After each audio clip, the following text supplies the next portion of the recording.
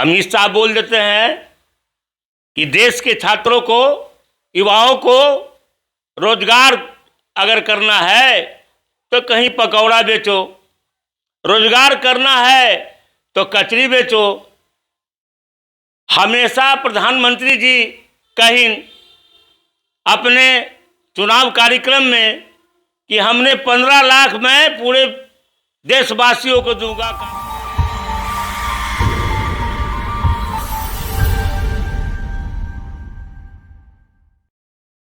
नमस्कार, मैं हूं आदम परवेज़ और मैं इस समय उपस्थित हूं राष्ट्रीय सदाबहार पार्टी के कार्यालय में।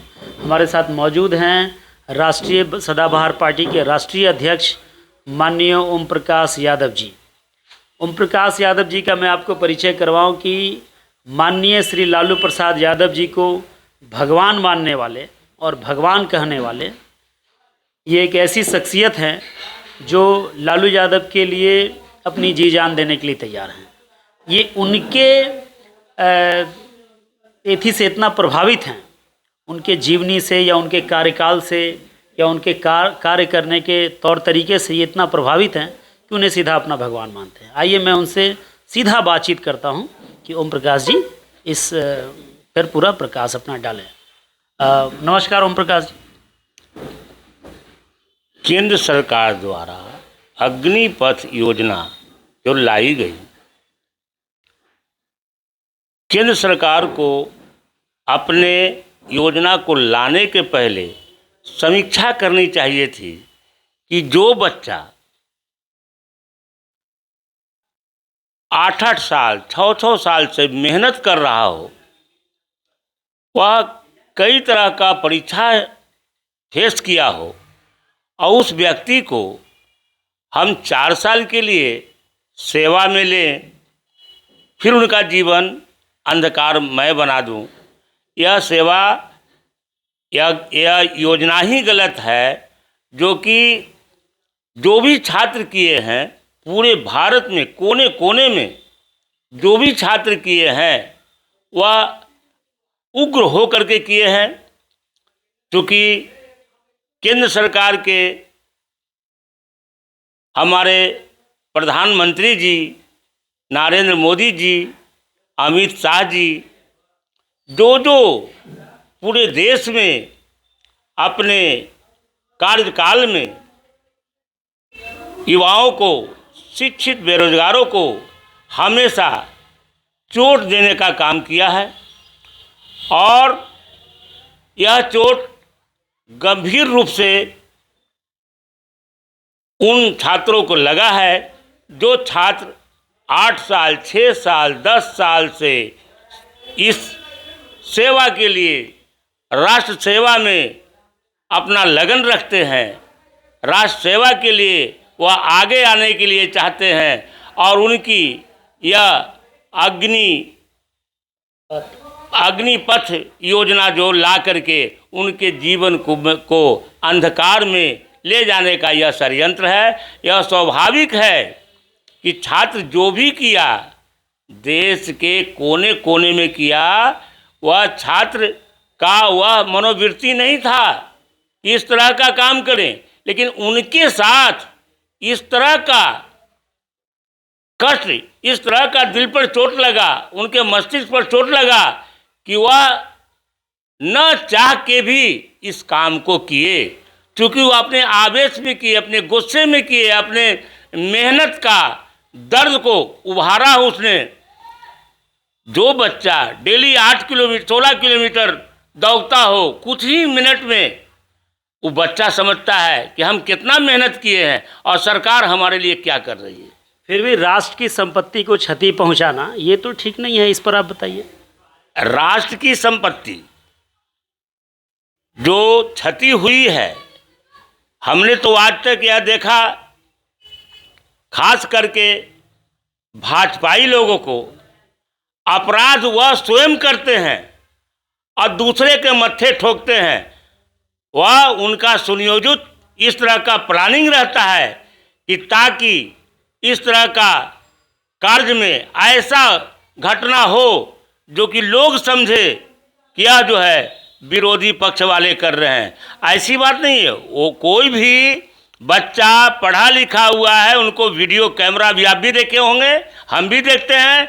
कोई जाहिल जपाट कोई बच्चा नहीं है, सब पढ़ा लिखा इंसान है। और करने वाला, उसमें उदंडपना करने वाला अगर किसी लोगों के षड्यंत्र के तहत वो घुस करके उस करे, तो उसमें बच्चा क्या करता है? एक मूव, मैं भी राजनीति किया हूँ, जलूस, मूव, ये सब जो है एक हमेशा एक मूव जो है जो कहती है, मूव में कुछ लोग ऐसे होते हैं जो पत्थर भी मार देते हैं।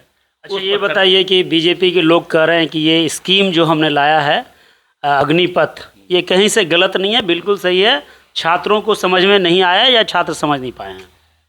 यह अग्निपथ स्कीम ही बिल्कुल गलत है। जिस तरह केंद्र सरकार ने वायुसेना का, जल सेना का, थल सेना का बहाली, नियुक्ति जो सिस्टम के तहत होती थी, उस सिस्टम के तहत तो कहाँ कोई छात्र जो है उसका विरोध करने वाला है? आज इतना दिन से बहाली हो रहा है। यह तो है छात्र के जीवन से खेलना, छात्र के मनोबल को तोड़ना। हमेशा कभी न कभी अमित शाह बोल देते हैं कि देश के छात्रों को, युवाओं को रोजगार अगर करना है तो कहीं पकौड़ा बेचो, रोजगार करना है तो कचरी बेचो।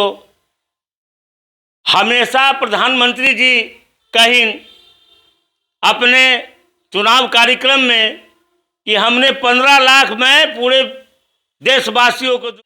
अग्निपथ योजना का नियुक्ति से नहीं जोड़ा जाता, अग्निपथ योजना को ट्रेनिंग से जोड़ा जाता कि जो बच्चा 4 साल या 6 साल जो निर्धारित होती सरकार का, उतना दिन ट्रेनिंग करेंगे, ट्रेनिंग के बाद उनको सर्टिफिकेट मिलेगा। उस आधार पर पूरे बिहार में, पूरे देश में, हर विभाग में उनकी नियुक्ति की क्षमता बढ़ेगी, उनके सर्टिफिकेट की क्षमता बढ़ेगी। एक रास्ता होता, नियुक्ति के बाद आप रिटायर की बात लिया है, ये कहाँ होती है? यह जो है ट्रेनिंग की बात होती कि 4 साल ट्रेनिंग, यह जो है हम उनको वेतन देंगे इतना दिन, वेतन के बाद 4 साल के बाद एक मुश्त जो है, जो अमाउंट होता है 11 लाख, 15 लाख, 20 लाख, उनको दिया जाता। और वह जो है स्वतंत्र रहते, किसी विभाग में नियुक्ति के लिए उनको प्राथमिकता मिलता। किसान बिल भी 1 साल चला आंदोलन, क्या इसी तरह का आंदोलन ये भी चलेगा? या यह आंदोलन अभी मिला जुला के 25% है।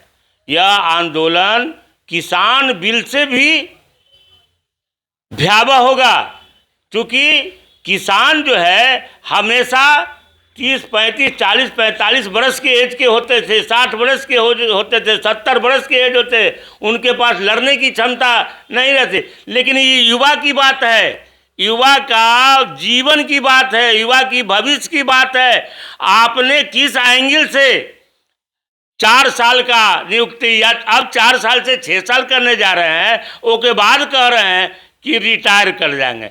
अरे भाई, सोच के देखिए कि जो युवा तैयारी किया है, जो इतना दिन किया है, वह जो है कल होकर के युवा का अगर शादी ब्याह होगा, कुटुंब को क्या कहा जाएगा? लड़का रिटायर कर गया है। यह कोई या तो कहना होगा ना कि लड़का जॉब में था लेकिन अब लड़का रिटायर किए हुए। रिटायर किए कोई गारंटी तो नहीं है कि किसी विभाग में, किसी कंपनी में 100% के ली ही जाएगी। यह तो हुआ बच्चे को चॉकलेट देना, और बच्चा जब चॉकलेट ले लिया उसके बाद अपना काम निकल गया। यह जो है भाजपा का हमेशा लॉलीपॉप रहता है। भाजपा आज तक जीवन में जो भी भाजपा की है अपने कार्यकाल में, एक अटल बिहारी वाजपेयी जी थे, वह इंसान थे, वह राष्ट्र का वह नागरिक थे। कभी उनका कदम, कोई भी कदम किसी भी मजहब को ठेस नहीं पहुंचा, किसी लोग को ठेस नहीं पहुंचा। उनको, वो भी प्रधानमंत्री थे। लेकिन नरेंद्र मोदी जी तो हमेशा इनका काम उदंडपना है, हमेशा उदंड के तरह पेश आते हैं। कभी तो कोई कार्यक्रम कहते हैं, हमने सुना था कहीं कहीं भाषण में कि इसका विकास में हम 10 लाख देंगे, 20 लाख देंगे, 50। अरे भैया देना है तो साफे या प्रधानमंत्री है कि हम पटना जिला को 5 करोड़, 50 करोड़, 500 करोड़ हम देंगे, इस स्कीम में देंगे, इस परियोजना में देंगे, इस योजना में देंगे। इसमें क्या कहना है? प्रधानमंत्री मंच पर खड़ा होकर कहते हैं कि बोलिए 10 करोड़, 20 करोड़, 50 करोड़। क्या प्रधानमंत्री बोलते हैं? प्रधानमंत्री के बातों में, शब्दों में एक वजन होती है। वह पूरे भारत के कोने कोने में इन्होंने, जब से नरेंद्र मोदी जी प्रधानमंत्री बने हैं, अमित शाह जी इनका गृह मंत्री हैं, उसके पहले गृह मंत्री जो अभी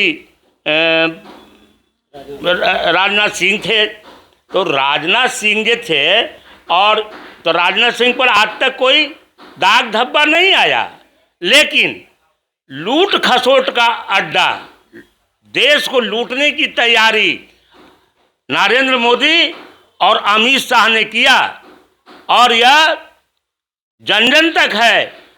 आज देखे होंगे पूरे देश के बहुत से नेता, बहुत से लोग पर केस हुई, जेल गए, किसी दल का हो, लेकिन क्या भारतीय जनता पार्टी के जो भी मंत्री हैं या उनके समकक्ष रहने वाले हैं, विजय माल्या कैसे गबन किए? इस तरह का गबन का लिस्ट जिनका जिनका भी है वो कैसे हुआ? इनकी चाहने पर हुआ, इनकी मिली भगत से हुआ। प्रधानमंत्री अगर चाह लेगा, एक पत्ता न हिलेगा, एक भी गबन करता देश से बाहर छोड़ के नहीं जाएगा।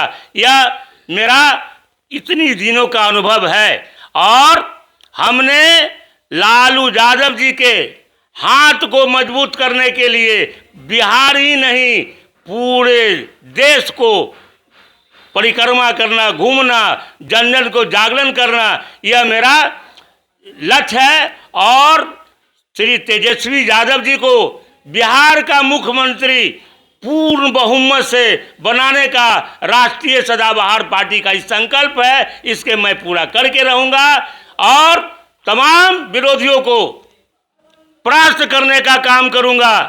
तमाम विरोधी जो हथकंडा अपनाए हुए हैं, आज तक सुने हैं, लालू यादव पर case, 1 case, 2 case, 3 case, 5 case, jail जा रहे हैं, जेल से आ रहे हैं, जेल जा रहे हैं, जेल से आ रहे हैं।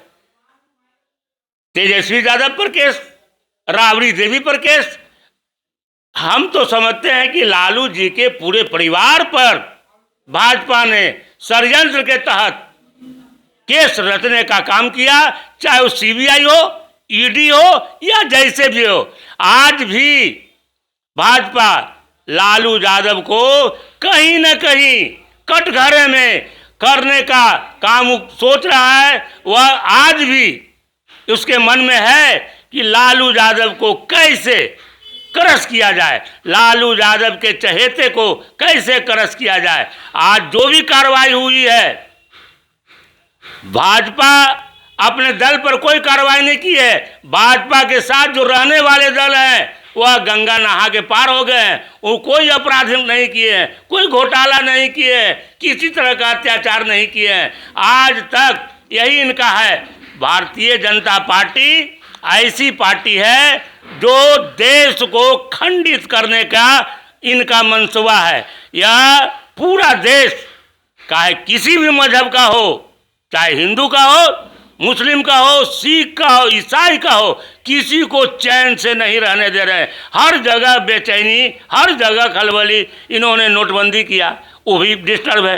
हर समय कोई ना कोई इनका स्कीम आते रहता है जो पूरे भारत के लोग, आप देखे होंगे कि स्मृति ईरानी जी गैस लेकर के, गैस का सिलेंडर माथा पर ले करके डांस करती थी। आज स्मृति ईरानी जी से मैं पूछना चाहता हूँ कि अब क्यों नहीं चूड़ी देते हैं। उस समय मनमोहन सिंह को चूड़ी देते थे गैस का सिलेंडर माथा पर ले करके। आज क्यों नहीं नरेंद्र मोदी जी को चूड़ी देते हैं जो गैस का सिलेंडर का दाम इतना हो गया। ठीक है सर, तो ये थे ओम प्रकाश यादव जी, जो राष्ट्रीय अध्यक्ष राष्ट्रीय सदाबहार पार्टी के और लालू यादव जी के बहुत ही करीबी कहे जाने वाले, लालू यादव जी को भगवान मानने वाले ओम प्रकाश जी के साथ उनकी बातचीत हुई। इसके लिए मैं आदम परवेज, गुलजारबाग, पटना से।